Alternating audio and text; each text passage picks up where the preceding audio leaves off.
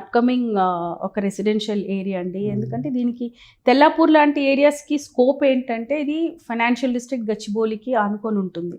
So మనకి నల్లగండ్ల చూసుకున్న తెల్లాపూర్, కొల్లూరు, ఇప్పుడు కొత్తగా అందరికీ వినపడే మోకిల, ఇవన్నీ ఏంటంటే these are purely residential areas. ఇక్కడ మనకి ఐటీ సెజ్ అలాంటివి ఏమీ లేవు. మనకి ఏదైతే ఫైనాన్షియల్ డిస్ట్రిక్ట్ గచ్చిబౌలిలో ఐటీ సెజ్ ఉందో దానికి కనెక్టెడ్ రెసిడెన్షియల్ ఏరియాస్ అనమాట ఇవి. సో ఒక 5 years బ్యాక్ మీరు తెల్లాపూర్ చూసుకుంటే మీరు 5,000 6,000 రేట్లు ఉండేటివి. కానీ ఇప్పుడు తెల్లాపూర్ కూడా మీకు 7,000 9,000 ఆ రేంజ్లో ఉన్నాయి, 10,000 వరకు కూడా ఉన్నాయి. దానికి రీజన్ ఏంటంటే ఇప్పుడు నల్లగండ్ల కూడా ఎగ్జాస్ట్ అయిపోయింది. సో సిటీ ఎక్స్పాండ్ అవుతూ నల్లగండ్ల వరకు వచ్చి ఆగిపోయింది ఒకప్పుడు.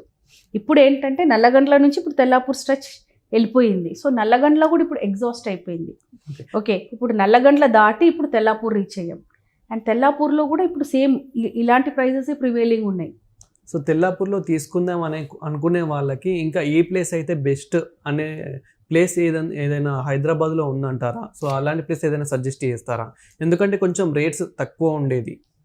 ఇప్పుడు తెల్లాపూర్లో ఇన్వెస్ట్ చేయాలనుకున్న వాళ్ళ budget maximum 5,000-6,000 or 7,000 per SFT rate. అలాంటి వాళ్ళే తెల్లాపూర్ వైపు వెళ్తారు. కానీ ఇప్పుడు ఆ రేట్స్ కూడా మనకి తెల్లాపూర్లో ప్రివేలింగ్ లేదు కాబట్టి వాళ్ళకి నెక్స్ట్ ఆప్షన్